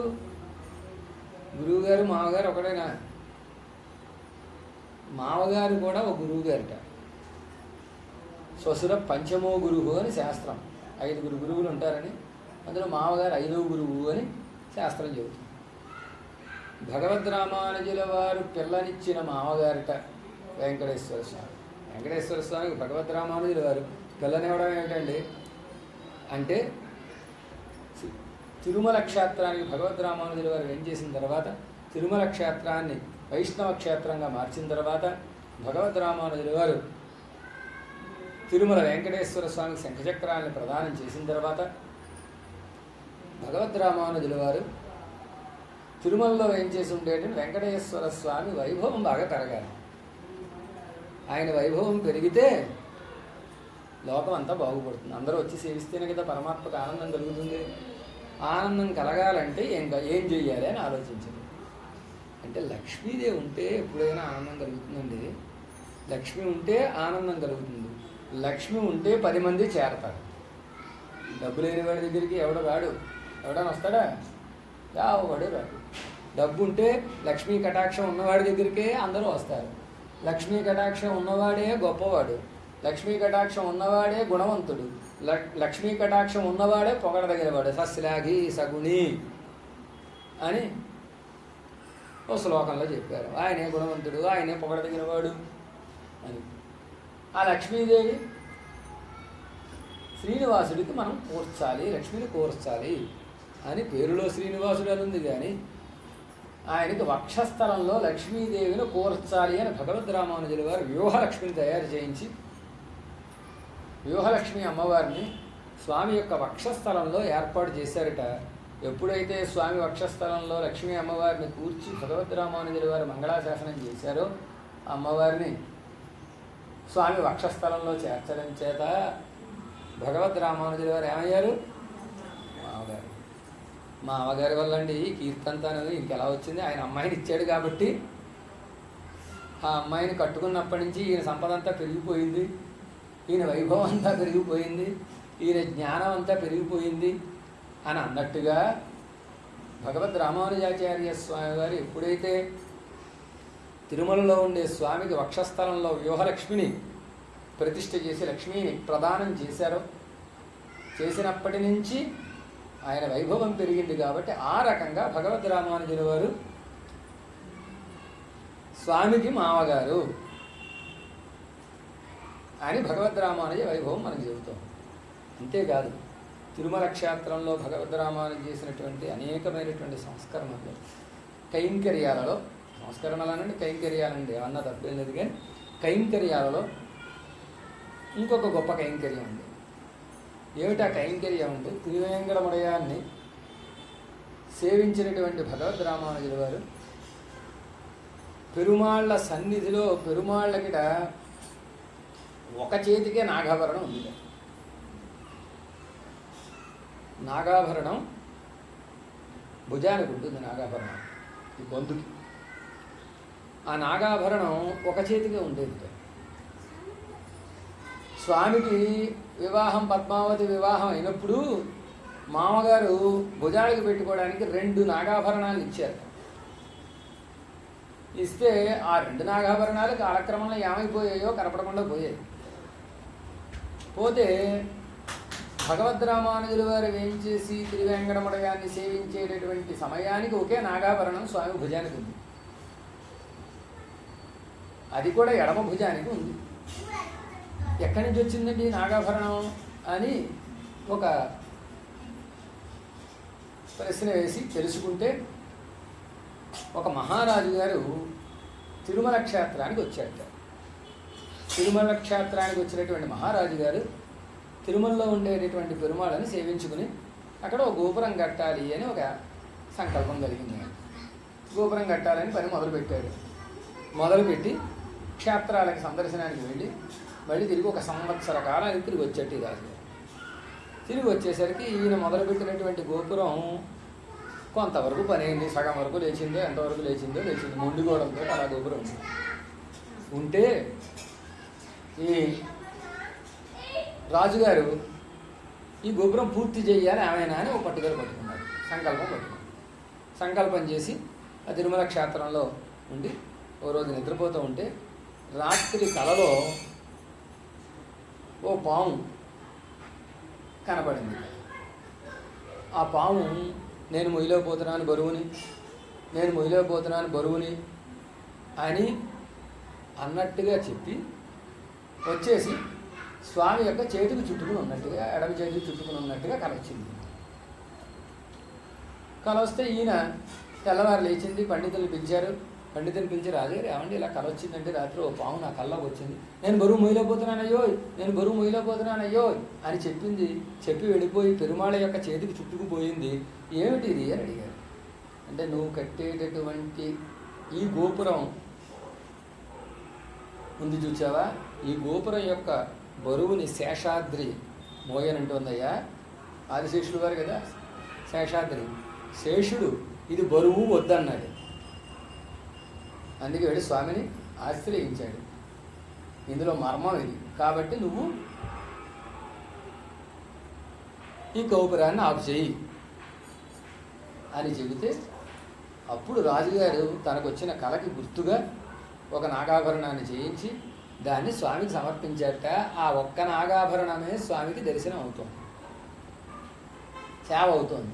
ఎంబెరుమానార్లు చూచారు, ఒక నాగాభరణం రెండోది కూడా ఉంటే బాగుంటుంది కదా అని 2వ నాగాభరణాన్ని తయారు చేయించి భగవద్ రామానుజుల వారు 2వ నాగాభరణాన్ని సమర్పించారు. ఇప్పుడు మనం సేవించేటటువంటి తిరువేంకటముడయాన్ తిరుమేనిలో భుజాలకి ధరించబడినటువంటి 2 నాగాభరణాల్లో ఒక నాగాభరణం ఆ రాజుగారు చేయించింది, ఇంకో నాగాభరణం రామానుజులు చేయించింది. ఎంత సునిశ్చితమైనటువంటి పరిశీలనతోటి క్షేత్రంలో భగవద్ రామానుజులు పెరుమాళి సేవించారో చూడండి. అంటే మళ్ళా గింటేసేవాళ్ళు అప్పుడు లేరనుకోండి, ఇప్పుడైతే మనని సేవించనివ్వకుండా లాగే అంటారు. ఆ కాలంలో మహానుభావులైనటువంటి భగవద్ రామానుజులకి పరమాత్మ తన యొక్క వైభవాన్ని అంతటినీ తనంతట తానుగా దర్శించారు కాబట్టి ఈ నాగాభరణం లోటుని గమనించినటువంటి భగవద్ రామానుజుల వారు దాన్ని ఏర్పాటు చేశారు. అంతేకాదు తిరుమల క్షేత్రంలో పెరుమాళ్ళకి తిరుమంజనం జరిగేటప్పుడు భగవద్ రామానుజుల వారు సేవిస్తూ ఉండేవారట. శుక్రవారం తిరుమంజనం స్వామికి. శుక్రవారం తిరుమంజనం జరుగుతున్నప్పుడు భగవద్ రామానుజుల వారి మెట్ల దగ్గర కూర్చుని ఆ తిరుమంజనాన్ని సేవిస్తున్నారు. సేవిస్తుంటే తిరుమంజనం చేసేటప్పుడు తిరుమణి ఉంది చూచారా, పెరుమాళ తిరుమణి ఉంది చూచారా, ఈ తిరుమణి ఇదంతా చెరిగిపోయి ఈ అడుగున ఆడవాళ్ళు పెట్టుకుంటారు చూచారా తిరుమణి, పైన శ్రీచూర్ణం పెట్టుకుంటారు, అలా ఉంది. పాదం మాత్రం మిగిలింది, పాదానికి పైన ఉండే గీత కూడా మిగిలింది. ఆ గీత మిగిలి కొంతవరకు పాదం కూడా చెరిగిపోయి ఆడవాళ్ళు ఎలా అయితే పెట్టుకుంటారో అలాగే మిగిలింది. ఇది ఒక అద్భుతమైన సన్నివేశంగా భగవద్ రామానుజుల వారికి తోచింది. భయ్ ఎంత బాగుందో ఇది అని మనసులో భావన చేస్తున్నారు భగవద్ రామానుజుల వారు. స్వామి, ఇప్పుడు నువ్వు మోహిని అవతారాన్ని ఎత్తావుడు కదా, బహుశా మోహిని అవతారాన్ని ఎత్తినప్పుడు తిరుమణి ఇలాగే పెట్టుకుని ఉంటావు, నువ్వు బొట్టి ఇలాగే పెట్టుకుని ఉంటావు. రాక్షసులందరినీ మోహింపజేసావంటే ఇలా బొట్టు పెట్టుకోకపోతే మోహింపజేసి ఉండేవాడివా నువ్వు? ఏం అందం ఉందయ్యా నీకు, మోహినిగా నీ యొక్క సౌందర్యం నాకు చూపించాలనుకున్నావా? చూపించాలనుకుని అసలు శ్రీచూర్ణం ఏమాత్రం చెరగకుండా తిరుమణి 2 కొమ్ములు మాత్రం చెరిగిపోయేటట్టుగా అడుగున కొంతవరకు మాత్రమే తిరుమణి ఉండేటట్టుగా ఓ స్త్రీమూర్తి తిరుమణి శ్రీచూర్ణాన్ని ధరిస్తే ఎలా ఉంటుందో అలాంటి సన్నివేశాన్ని నాకు నువ్వు దర్శింపజేసావా స్వామి? ఆహా, ఏమి సౌందర్యం అయ్యా నీ మోహిని అవతారంలో ఉండే సౌందర్యం అని భావన చేస్తున్నారు భగవద్ రామానుజుల వారు. ఆ గడప దగ్గర మెట్టు దగ్గర కూర్చుని చూస్తుంటే ఆ తిరువేంకటముడయాన్ వెంకటేశ్వర స్వామి ఒక అర్చకుల ద్వారా రామానుజ మీరు కోరినట్టే చేద్దాం అని ఆనాటి నుంచి శుక్ర శని ఆది 3 రోజులు అలా తిరుమల సమర్పించేవారట. చాలా కాలం 18వ శతాబ్దం వరకు అలాగే తిరుమల సమర్పించేవారట. తిరుమలలో ఉండేటటువంటి గ్రంథాలు మనకి ఈ విషయాన్ని తెలియజేస్తున్నాయి. శ్రీ వెంకటాచల ఇతిహాసమాల అని అనంతాచార్యులు రచించినటువంటి ఒక అద్భుతమైనటువంటి గ్రంథం. ఆ గ్రంథంలో ఇందాక నేను చెప్పినటువంటి నాగాభరణం ఏర్పాటుకు సంబంధించినటువంటి విషయం, అనేక విషయాలు తిరుమలలో ఉండేటువంటి అనేక విషయాలు, ఆచారాలకు సంబంధించినటువంటి అనేక విషయాలు ఆ గ్రంథంలో ప్రస్తావిస్తూ ఆనందాళ్వాన్ రచించి పెట్టారు. అంటే భగవద్ రామానుజుల కాలంలో అవతరించినటువంటి ఒక గ్రంథం అన్నమాట. శ్రీ వెంకటాచల ఇతిహాసమాల. అందులో టీటీడీ వాళ్ళే దాన్ని తెలుగులోకి అనువదింపజేసి దాన్ని ప్రింట్ చేశారు. వాళ్ళ బుక్ డిపార్ట్మెంట్ ఏదైతే ఉందో అది అందులో ఉందిట. శుక్రవారం, శనివారం, ఆదివారం, సోమవారం, మంగళవారం, బుధవారం, గురువారం ఆయన తిరుమణి ధరించి ఉంటాడు అని, ఆయనకి చీర కట్టాలి అని 32 మూరల చీర, 9 గజాలు కట్టుకోవడానికి 9 మూరలు కట్టుకోవడానికే కష్టపడిపోతుంటే ఆయన చీర ఎంత 32 దానికి మేల్శాత్తు అని పేరు అన్నమాట. ఆ వస్త్రం ధరించి ఆయన చక్కగా అలంకరించుకుని కళ్ళకు కాటుకు పెట్టుకుని అద్భుతమైనటువంటి సౌందర్యంతో దర్శనాన్ని అనుగ్రహిస్తాడని ఎంబెరుమానార్లు ఆ రోజున చేసినటువంటి ఏర్పాటు. తిరుమణి అవన్నీ కార్యక్రమంలో మానేసిన ఆ 32 మూరల వస్త్రం మాత్రం ఎప్పటికీ పరమాత్మ ధరిస్తూ మనల్ని కటాక్షిస్తూ. ఇది తిరుమల క్షేత్రాన్ని భగవద్ రామానుజులు దర్శించినటువంటి పద్ధతి, అక్కడ తిరుమలని సేవించినటువంటి పద్ధతి. అంతేకాదు తిరుమల క్షేత్రంలో భగవద్ రామానుజుల వారు శ్రీరామాయణ కాలక్షేపాన్ని విన్న తర్వాత తిరుమల కొండ మీదకి వేంచేయకుండా తిరుమల మెట్లెక్కేటటువంటి సమయంలో భగవద్ రామానుజుల గారు ఏం చేశారని పెరిగి తిరుమల నంబి గారు తిరువేంకటముడయాన్ ప్రసాదం తీసుకొచ్చారు. యతీశ్వరులు కదా, ప్రసాదం తీసుకొచ్చినప్పుడు ఒక మామిడి పండును పట్టుకొచ్చారట. పట్టుకొస్తే భగవద్ రామానుజుల వారు మామిడి పండును చక్కగా పుచ్చుకుని ఆ ట్యాంకర్ అక్కడ వేశారు. వేస్తే అక్కడ ఒక మామిడి చెట్టు వచ్చింది. ఆ మామిడి చెట్టు నేటికి మనకి దర్శనం ఇస్తుంది. అక్కడ ఉండేటటువంటి రామానుజులకి పేరు మాంబళం రామానుజర్. మాంబళం అంటే మామిడి చెట్టు, మామిడి పండు. పడిభాష్యకారం అని పేరు. అక్కడ భగవద్ రామానుజుల గారు ఈనాటికి ఒక మూర్తి అక్కడ మనకు ఎంకేసి కనబడింది. అంతేకాకుండా భగవద్ రామానుజుల వారి తిరుమల క్షేత్రంలో ఆచార వ్యవహారములన్నీ సక్రమంగా జరగాలి అని ఒక నియమాన్ని ఏర్పాటు చేశారు. రాజుగారి అండ ఉంది కాబట్టి క్షేత్రాన్ని బాగా ఉద్ధరించారు భగవద్ రామానుజులు గారు. దానికి అనుగుణంగా భగవద్ రామానుజులు గారు చేసినటువంటి కార్యక్రమం ఏంటంటే 2 జీయర్లను ఏర్పాటు చేశారు. ఇవాళ మనం తిరుమల చిన్న జీయరు, తిరుమల పెద్ద జీయరు అని అనుకుంటున్నాను, చూచారా? ఆ తిరుమల చిన్న జీయరు, పెద్ద జీయర్లు భగవద్ రామానుజ కాలంలో ఏర్పాటు చేయబడినటువంటి వ్యవస్థ. భగవద్ రామానుజులు తిరుమల క్షేత్రంలో పెరుమాళ్ళకి కైంకర్యాలు సక్రమంగా జరగవలెను, ఎటువంటి లోటు రాకూడదు పెరుమాళ్ళకి, తిరుమల స్వామికి అని అనుకుని ఉత్సవాలని పర్యవేక్షించడానికి ఒక జీయర్ని, ప్రసాదాలని పర్యవేక్షించడానికి ఒక జీయర్ని ఏర్పాటు చేశారు భగవద్ రామానుజులు. పెద్ద జీయరు, చిన్న జీయరు. పెద్ద జీయరు ఉత్సవాలని పర్యవేక్షిస్తారు. పెద్ద జీయరు స్వామివారు ఏం చేసి ఆ పెరుమాళ్ళ యొక్క వాహన యొక్క కొమ్ము చూచారా, ఆ కర్ర దాన్ని ఇలా తాకి కానివ్వండి అంటే ఆ ఉత్సవం ప్రారంభం అవుతుంది. అంటే ఎందుకు అలా పెట్టారంటే పెరుమాళ్ళకి అలంకారం సరిగ్గా చేశారా లేదా, క్షామాదులు సరిగ్గా వేశారా లేదా, ఉత్సవానికి తగినట్టుగా వాహన సేవలు ఏ రోజు ఏ వాహన సేవ జరగాలో ఆ వాహనం జరిగిందా లేదా, అలంకారం అనేటటువంటి విషయాన్ని పరిశీలించి పెరుమాళ్ళకి సమర్పించినటువంటి పుష్పాలు, ఆ మధ్యన పేపర్లో చూసాం, స్వామికి పాత పుష్పాలు ధరించారు, ముందు రోజు పుష్పాలు ధరింపజేశారు అని గోరగోలు జరిగింది. సక్రమంగా మాలలది సమర్పించారా లేదా, ఇవన్నీ ఆ జీయర్ స్వామి వారు పర్యవేక్షించాలన్నమాట. అంటే ఎంత సునిశ్చితమైనటువంటి దృష్టితోటి భగవద్ రామానుజుల వారు తిరుమల క్షేత్రాన్ని ఉద్ధరించడానికి ప్రయత్నం చేశారో చూడండి. ఈనాటికి ఆ జీయర్ స్వామి వారు వచ్చి చేస్తారు. వారు ఆజ్ఞిస్తే తప్ప వాహనం బయలుదేరదు, పెరుమాళ యొక్క వాహనం బయలుదేరదు. రెండవ జీయర్ స్వామి వారి పెరుమాళకు జరిగే ప్రసాదాలన్నీ మరప్పళ్ళలో సక్రమంగా జరుగుతున్నాయా లేదా, 10 పళ్ళు జరగాలంటే 5 పళ్ళు చేసి మిగిలిన 5 పళ్ళు ఆపేస్తున్నారా ఏమిటి, జరిగినవన్నీ పెరుమాళ సన్నిధిలోకి వస్తున్నాయా లేదా, వచ్చినవన్నీ నివేదన జరుగుతున్నాయా లేవా, జరిగినవన్నీ భక్తులకు అందుతున్నాయా లేదా, ఇది పరిశీలించడానికి. స్వామి తిరుమంజనాది కార్యక్రమాలు జరిగేటప్పుడు తిరుమంజనాదులు సక్రమంగా జరుగుతున్నాయా లేదా అని దగ్గరుండి పర్యవేక్షించి స్వామికి తమ చేతుల మీదుగా ఆ జలాదుల్ని ఇచ్చేటట్టుగా ఒక ఏర్పాటు చేశారు. మనం చూస్తూ ఉంటాం వెంకటేశ్వర భక్తిజానంలో తిరుమంజనం జరిగేటప్పుడు జీయర్ స్వామి వారు తులసిమాల ఇవ్వడం, తులసి ఇవ్వడం, నమూనాలయం కాకుండా మధ్యాహ్నం తిరుమంజనం, మలయప్పన్ తిరుమంజనం జరుగుతూ ఉంటుంది, వసంతోత్సవాలు అవి జరుగుతూ ఉంటాయి. జరిగినప్పుడు కూడా జీయర్ స్వామి గారు కానీ వారి తరపున ఏకాంగి కానీ ఎవరైనా వచ్చి ఆ తీర్థాన్ని శంఖచక్రాలతోటి అభిషేకం చేస్తూ ఉంటారు. ఆ శంఖంలోనూ చక్రంలోనూ ఆ శంఖపాత్ర చక్రపాత్ర ఉంటాయి, వాటిలో తీర్థాన్ని నింపి స్వామికి అభిషేకం చేస్తూ ఉంటారనమాట. అలా అభిషేకం చేసేటప్పుడు శంఖంలో ఉండే తీర్థం శంఖం మీద పడాలి, చక్రంలో ఉండే తీర్థం చక్రం మీద పడాలి. అలా వ్యత్యస్తంగా చేతులు పట్టుకుని తిరుమంజనం సమర్పిస్తారు.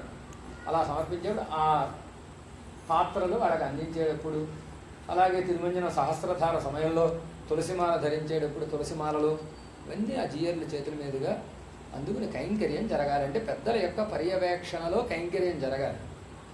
ఆచార్య పురుషులు ఉన్నారు తిరుమల క్షేత్రానికి, ఆచార్య పురుషుల పర్యవేక్షణలో జరగచ్చుగా. మళ్ళీ జీయర్లు ఎందుకు అంటే ఆచార్య పురుషులు అంటే సంసారులుగా ఉంటారని, సంసారులకు ఏవో కొన్ని మొహమాటాదులు, ఏవో కొన్ని ఇబ్బందులు ఉంటాయి కాబట్టి, సన్యాసులు అయితే వారికి ఏ మొహమాటాలు ఉండవు కాబట్టి కైంకర్యం చేయడానికి సక్రమంగా కైంకర్యం జరిపించడానికి వాళ్ళు కృషి చేస్తారు అని భగవద్ రామానుజుల వారు ఆ కాలంలో ఏర్పాటు చేసినటువంటి జీయర్ వ్యవస్థ ఈనాటికి మనం చూస్తూనే ఉన్నాం. పైన కొండ మీద కింద గోవిందరాజస్వామి సన్నిధి, అలాగా అక్కడ ఎంబెరుమానార్లు పెరుమాళ్ల కైంకర్యం సక్రమంగా జరగాలి, తిరువేంకటముడయానికి అన్ని కైంకర్యాలు సక్రమంగా జరగాలి అనేటటువంటి ఒకనొక ఉద్దేశ్యంతో భగవద్ రామానుజుల వారు ఆ కాలంలో ఏర్పాటు చేసినటువంటి జీయలు నేటికి మనకు కనపడుతుంది. ఇది ఒక కైంకర్యం. భగవద్ రామానుజుల వారు తిరుమలలో చేసినటువంటి అద్భుతమైనటువంటి కైంకర్యాల్లో ఇది ఒకటి. వీటన్నిటికంటే ఒక గొప్ప కైంకర్యం ఒకటి. భగవద్ రామానుజుల వారు శిష్యులకి కాలక్షేపాలను అనుగ్రహించేటటువంటి సమయంలో నమ్మాళ్ళు వారిని అనుగ్రహించినటువంటి తిరువాయుముడి దివ్య ప్రబంధంలో 3వ పత్తులో 3వ తిరువాయుముడి ఉంటుంది. దానికి ఒழிవిల్ కాలమెల్లాం అని పేరు. ఆ దశకం. ఈ దశకంలో నమ్మాళ్ళు వారు వెంకటేశ్వర స్వామిని ఏం ప్రార్థించారంటే, ద్వయమంత్రంలో ఉండేటటువంటి ఉత్తరవాక్యంలో ఉండేటటువంటి కైంకర్యాన్ని తమకి కటాక్షించమని ప్రార్థించారు. శ్రీమతే నారాయణాయ నమః అని చెప్పబడినటువంటి కైంకర్య ప్రార్థన ఉంది చూచారా స్వామి, నీ చరణార విందాల్లో అమ్మ నువ్వు కలిసి ఉండేటటువంటి మీ యొక్క చరణార విందాల్లో నేను సర్వవిధములైనటువంటి కైంకర్యములు చేయవలను అని ప్రార్థించినటువంటి ఉత్తరవాక్య ప్రార్థన ఏదైతే ఉందో దానిని ఈ దశక సారంగా నమ్మాళ్ళు వారిని తెలియజేశారు. వెంకటాచల క్షేత్ర వైభవాన్ని చెబుతూ ఆ తిరువేంకటముడయాని సన్నిధిలో కైంకర్య ప్రార్థన చేశారు. అలాగే పూర్వవాక్యాన్ని కూడా 6వ పత్తు చివరి దశకంలో ఉలహమండ పెరువాయలో కైంకర్యాన్ని అదే శరణాగతికి అక్కడ చేశారు.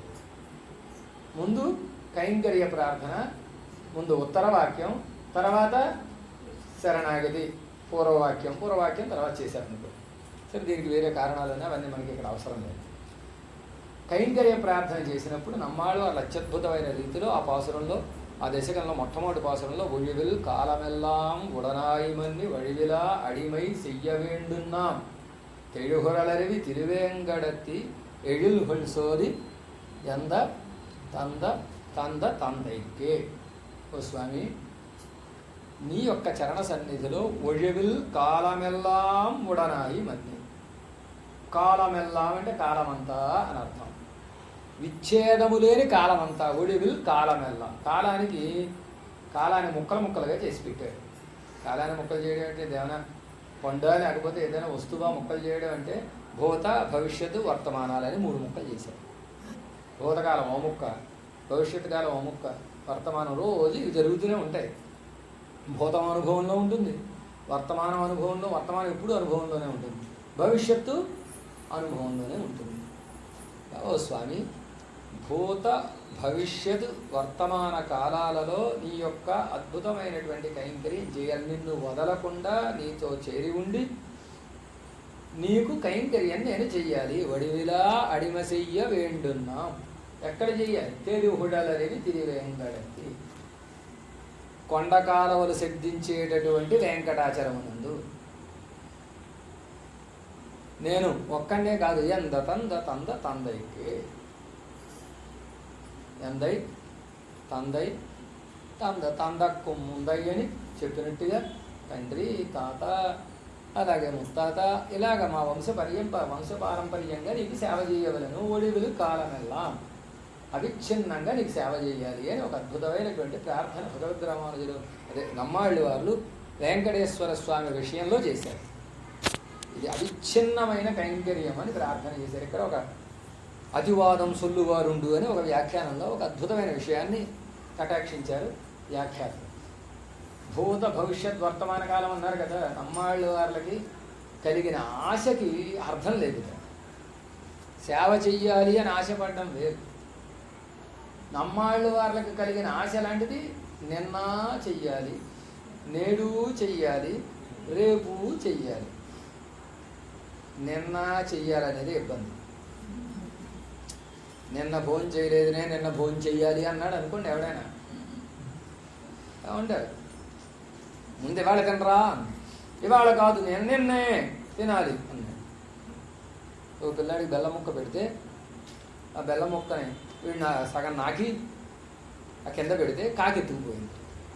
కాకెత్తుకుపోతే గొల్లుమని మొదలెట్టాడు బాగా. కాకి బెల్లం ముక్క ఎత్తుకుపోయింది, కాకి బెల్లం ముక్క పోలేరా పోతే పోయిందిలే, ఇంత ముక్క పోతే వాళ్ళమ్మ ఇంత ముక్క ఇచ్చింది, పెద్ద ముక్క తిను. కాకెత్తుకుపోయిన బెల్లం ముక్కే కావాలి. కాకెత్తుకుపోయిన బెల్లం ముక్క కావాలంటే ఎక్కడి నుంచి వస్తుంది? అలా ఉందిగా నమ్మాళ్ళ వాళ్ళ పరిస్థితి. నిన్న సేవ చెయ్యలేకపోయాను కాబట్టి నిన్న నేను సేవ చెయ్యాలి అంటే ఎలా వస్తుంది సేవ? భగవంతుడు ఆలోచించాట. నేను అమ్మాళ్ళు వారు ఇలా బాధపడుతున్నారు, ఈ బాధను ఎలా తీర్చాలి అంటే స్వామి అద్భుతమైనటువంటి ఆలోచన చేశారు. అసలు నిన్న తినలేదనే ఆలోచన ఎప్పుడు వస్తుంది? ఈరోజు తినకపోతే వస్తుంది. అసలు ఈరోజు కడుపు నిండా పీకల దాకా పెట్టేశామనుకోండి ప్రసాదాలు, అప్పుడు నేను ఏం ప్రసాదం చేశారండి అమ్మగారు అని అడిగే అవకాశం ఉండదు. ఖాళీ ఉంటే కదా ఆలోచన వచ్చేది. ఖాళీ లేకుండా అద్భుతమైనటువంటి కైంకర్యాన్ని నమ్మాళ్ళ వారికి ప్రసాదిస్తే ఆ కైంకర్యంలో మునిగిపోయి నిన్న సంగతి మర్చిపోయారు. నమ్మాళ్ళ వారు ఆశపడినటువంటి అద్భుతమైనటువంటి కైంకర్యం అని భగవద్ రామానుజుల వారు అత్యద్భుతంగా కాలక్షేపం చెబుతూ, నమ్మాళ్ళు వాళ్ళు ఆశపడ్డారయ్యా కైంకర్యం, తిరువేంకటముడిగాని సన్నిధిలో వెంకటేశ్వర స్వామి సన్నిధిలో కైంకర్యం చేయాలని ఆశపడ్డారయ్యా. ఈ కైంకర్యం ఎవరు చేయగలరు తిరుమలకి వెళ్ళి అని గోష్ఠిలో ఓ ప్రశ్న వేశారు. వాళ్ళు అంతమంది శిష్యులు ఉన్నారు. రామానుజుల వారి కాలక్షేపం చెప్తే ఎంతమంది ఉంటారు గోష్ఠి? అందులో ఉద్దండ పిండాలు బోళ్ళు మంది ఉన్నారనమాట. మహానుభావులు ఉంటే ఎవరు నోరెత్తలేదు, ఎవరు ఉలకలేదు, పలకలేదు. పలకకపోతే ఒక మహానుభావులు లేచి నిలబడ్డారు. నేను వెళతాను. ఆ రోజు తిరుమలకి వెళ్ళడం అంటే ఇవాళ తిరుమల ప్రయాణం లాంటిది కాదు. వ్యాఖ్యానంలో కూడా అక్కడక్కడ చేస్తూ ఉంటారు, వ్యాఖ్యానాన్ని చేస్తూ ఉంటారు. తిరువేంకట యాత్ర పోలే, తిరుమాలిరంజోల యాత్ర పోలే, పోహిన్నారై పోహామల్ కాత్ అన్న చోట వ్యాఖ్యానంలో కటాక్షించారన్నమాట. తిరువేంకట యాత్ర ఎలా వెళుతున్నారు? తిరువేంకట యాత్రలా ఉంది, తిరుమాలిరంజోల యాత్రలా ఉంది. వీళ్ళు వెళ్ళేటటువంటి పద్ధతి, గోపికలు వెళ్ళేటటువంటి పద్ధతి. తిరుమల యాత్ర అంటే, తిరుమలకి వెళ్ళాలంటే అక్కడ ఆనాటి కాల పరిస్థితులను అనుసరించి వెళ్ళిన వాళ్ళు గ్యారంటీగా తిరిగి వస్తారనేటటువంటి నమ్మకం లేదు. ఎందుకంటే పెద్ద పెద్ద కొండ ఈగలు, కొండ దోమలు, పాములు వగైరాలు ఒకటేమిటి క్రిమికీటకాదులతోటి నిండి ఉండేదన్నమాట తిరుమల కొండ. కానరం వానరము వేడుముడై వేంగడం అని ఆళ్ళవార్లు పాసురాల్లో చెబుతారు. కానము అడవులు, వేడుం అంటే వేటగాళ్ళు, వానరము వానరాలు, వీటన్నిటితోటి నిండి ఉండేటటువంటి వెంకటాచలమని ఆళ్ళవార్లు ఆనాడే చెప్పారన్నమాట. అలాంటి వెంకటాచల క్షేత్రానికి వెళ్ళి అక్కడ ఉంది, అక్కడ కైంకర్యం చెయ్యాలి అవిచ్ఛిన్నంగా అంటే కుదురుతుందా? అందుచేత ఎవరు నోరెత్తలేదు. ఒక ఆయన లేచి నిలబడి, ఆయన పేరే అనంతాచార్యులు. అనంతార్యులు వారు లేచి నిలబడి, నేను వెళతాను, నేను చేస్తాను గురువుగారు, మీ ఆజ్ఞను నేను శిరసా వహిస్తాను అన్నారు. అంటే వెంటనే భగవద్ రామానుజుల వారు ఆన్ బిళ్ళయ్య అని ఆయన పిలిచారట. మగాడివిరా నువ్వు అంటాను చూసారా మనం, అలాగే నువ్వురా మగాడివంటే. ఆనాటి నుంచి ఆ వంశస్థులకి అనందాన్ బిళ్ళయ్య వంశం అయింది. భగవద్ రామానుజుల చేత మగవాడిగా కీర్తింపబట్టి ఆ కాలంలో అక్కడికి వెళ్ళి సేవ చేయడానికి ధైర్యంగా ముందుకు వచ్చినటువంటి మహానుభావులు మీరు అని ఒక గౌరవాన్ని ఆ వంశానికి భగవద్ రామానుజుల వారు ఇచ్చారు. అనంతాచార్యుల వారు భగవద్ రామానుజుల ఆజ్ఞను శిరగా వహించి తిరుమల క్షేత్రానికి వేంచేసి, తిరుమల క్షేత్రంలో పెరుమాళ్ళకి అద్భుతమైనటువంటి కైంకర్యాల్ని, ఎన్నో కైంకర్యాల్ని వారు చేశారు. అందులో ప్రధానమైనటువంటి కైంకర్యం తిరుమల క్షేత్రంలో ఒక పుష్ప ఉద్యానవనాన్ని ఏర్పాటు చేశారు. ఆ పుష్పోద్యానవనాన్ని ఏర్పాటు చేయడానికి ఆయన పడిన పాటలు అన్నీ కాదు, ఎన్ని పాటలు పడ్డారో చెప్పడానికి వీల్లేదు. ఆయన భార్య ఇద్దరే. ఆయన భార్య ఉద్యానవనాన్ని ఏర్పాటు చేసి, పెద్ద ఎన్ని ఎకరాలో తెలియదు కానీ అంత స్థలంలో ఉద్యానవనాన్ని ఏర్పాటు చేసి, ఉద్యానవనం ఏర్పాటు చేస్తే సరిపోతుంది ఏమిటి? నీళ్లు ఉండాలా? మొక్కలకి నీళ్లు పోయకపోతే ఏమవుతాయి? బ్రతకవు, పూలు పూయవు. అందుచేత స్వామికి రోజు పుష్పాలు సమర్పించడానికి తగినట్టుగా, ఉద్యానవనాన్ని బ్రతికించుకోవడానికి తగినట్టుగా ఒక తటాకాన్ని తవ్వడానికి ప్రయత్నం చేశారు. ఆ తటాకం తవ్వుతుంటే భార్య గర్భిణి అప్పుడు పాపం, ఈవిడ మోసుకొస్తూ తట్లు మోసి ఈయన తవ్వడం, మట్టి ఎత్తుకోవడం, ఆవిడ ఎక్కడో పోయడం, మళ్ళీ వెనక్కి రావడం, ఇది కార్యక్రమం అన్నమాట. ఇలా మోస్తూ ఉంటే ఈవిడ అక్కడ ఒక చోట పోసి వస్తుంది. పోసి రావడానికి కొంత టైం పడుతుంది కదా. మామూలు వాళ్ళు అయితే గబగబా గబగబా వెళ్ళి పోసి వచ్చేస్తారు. గర్భిణీ స్త్రీ నెమ్మదిగా వెళుతుంది. తిరుమలలో ఉండే మేఘాలు ఎలా వెళుతున్నాయి అంటే సూళ్పిండుహళ్ సురంబేరు మాపోలి అని ఒక ఉదాహరణని ఇచ్చారు వ్యాఖ్యానంలో. సూళ్పిండుహళ్ అంటే గర్భిణీ స్త్రీలు. గర్భిణీ స్త్రీలు కొండెక్కుతున్నట్టుగా మేఘాలు మెల్లమెల్లగా మెల్లమెల్లగా వస్తున్నాయి అని. ఆండాళమ్మవారు చూడండి 4వ పాసురంలో, ఓ మేఘదేవా వర్షాన్ని కురిపించాలి అని సముద్రం లోపలికి మెల్లగా ఆడి పుక్కు మోహందు కోడు వార్తు ఏరి ఏరి అన్న చోట ఎలా లేవాలి, గబగబా వెళ్ళిపోయి ఆకాశంలో ఒక్కసారి వెళ్ళిపోయి కురిపించేయడం కాదు. సూళ్పిండుహళ్ సురంబేరు మాపోలే. గర్భిణీ స్త్రీ ఎలా అయితే కొంటే అలా నెమ్మదిగా వెళ్ళాలి. అయ్యో నీ తిరుమేని మేము సేవించుకోవాలి. పరమాత్మ తిరుమేనిలో ఉంటుంది కదా. మేఘం యొక్క రంగు ఏమిటి? నలుపు కదా. పరమాత్మ రంగు ఏమిటి? నలుపు కదా. నమ్మాళ్ళు వాళ్ళు అంటారు తిరువిరుత్తం అనే గ్రంథంలో, మేహంగళో ఉరయీర్ తిరుమాల్ తిరుమేని యొక్కు యోహంగళ్ ఉంగళి కవ్వారు వెత్తీర్. మేహములారా మీకు నేను ప్రశ్న వేస్తున్నాను, సమాధానం నాకు చెప్పండి. ఏమిటి ఆ ప్రశ్న? మేహంగళో ఉరయీర్, మేఘములారా చెప్పండి. తిరుమాల్ తిరుమేని యొక్క యోహంగళ్ ఉంగళి కవ్వారు వెత్తీర్. తిరుమాల్ అంటే పరమాత్మ, లక్ష్మీపతిగా ఉంటే పరమాత్మ. పరమాత్మ తిరుమేనితో సమానమైనటువంటి తిరుమేని కలిగి ఉండేటటువంటి యోగాన్ని మీకు ఎవరిచ్చారు? అదృష్టాన్ని ఎవరిచ్చారు? ఏ విధంగా మీరు పొందారు? సమాధానం చెప్పండి అని అడుగుతారనమాట ఆళ్ళవారు నాయికా భావంతో ఆ మేఘాలను. అలాగ కొంత సమయం పడుతుంది వెళ్ళి వేసి రావడానికి. ఈవిడ తట్ట తీసుకుని వేసుకొస్తుంటే కొంత సమయం అయ్యేసరికి తట్టలు టకటక టకటకా వచ్చేస్తాయి. ఏమిటి ఎంత గమనం పట్టుకొస్తుంది ఈవిడ అని ఈయనకి అనుమానం వచ్చి గమనించారు. ఆవిడని అడగలేదు కానీ గమనించారు. గమనిస్తే ఓ కుర్రాడు ఏం చేస్తున్నాడంటే కొంచెం ఎదరికెళ్ళిన దాకా మలుపు దగ్గర తట్ట అందుకుని గబగబా పోసేసి తట్ట ఈవిడికి ఇచ్చేస్తాడు. ఈయన చూశాడు. చూడగానే కోపం వచ్చింది. ఎందుకు కోపం వచ్చింది అంటే కైంకర్య ద్రోహి. ఓ కైంకర్యం ఒకళ్ళు చేస్తుంటే చేతిలోంచి లాగేసుకుని వాళ్ళు చేసేస్తుంటే వీళ్ళ కైంకర్యం గుండు పడుతుందా పడదా? కైంకర్య ద్రోహి నువ్వు ఎక్కడి నుంచి వచ్చావురా అని తరిమారు. తరిమితే ఆ కుర్రాడు దొరకలేదు. దొరకకపోతే ఏం చేశారో తెలుసండి, చేతిలో ఉండే పలుగు విసిరాడు. పలుగు విసిరితే ఇక్కడ దెబ్బ తగిలింది. ఆ కుర్రాడు దెబ్బ తగిలి పారిపోయి కనపడలేదు. పొద్దున్నే వెళ్ళి పెరుమాళ సన్నిధిలో సేవిస్తే ఇక్కడ రక్తం గారిపోతుంది. పెరుమాళకి దెబ్బ తగిలింది. తిరువేంకటముడయాని వెంకటేశ్వర స్వామి అర్చక స్వాములు కంగారు పడిపోయారు. ఏమైంది అని పచ్చకర్పూరాన్ని అద్దారు. అప్పుడు అర్థమైంది, ఆనందాళవానికి ఆ స్వామే వచ్చాడు ఈ తట్టలు మోయడానికి. రామానుజుల శిష్యుల యందు, రామానుజ ఆశ్రితుల యందు పెరుమాళకి ఎంత ప్రేమో చూడండి. వాళ్ళు ఏదో తట్టలు మోసుకుని చెరువులు తవ్వుకుంటే కొండ మీద కూర్చున్న స్వామికి ఏం పని? వారు రామానుజ శిష్యులు కదా. రామానుజ దాసులు కష్టపడుతూ ఉంటే పెరుమాళ్ చూడలేరు. అందుచేత పరిగెత్తుకుని వచ్చాడు ఆయన. ఈనాటికి మనకి ఆనందాళ్వాన్ చేసిన కైంకర్యానికి గుర్తుగా, కైంకర్యం అంటే చుబుకాన్ని పగలగొట్టిన కైంకర్యం, చెరువు తవ్విన కైంకర్యం కాదు. తిరువేంకటముడయాన్ చుబుకాన్ని పగలగొట్టిన కైంకర్యానికి గుర్తుగా అక్కడ పచ్చకర్పూరం ఈనాటికి అద్దుతారు. తన గుమ్మానికి ఒకవైపున వెళ్ళేటప్పుడు కుడివైపున, వచ్చేటప్పుడు ఎడవైపున, ఎడమ వైపున పైన ఆనందాళ్వాన్ గడ్డపారా అని ఒక బోర్డు రాసి ఒకటి తగిలించారు. ఇదే ఆయన గడ్డాన్ని పగలగొట్టినటువంటిది.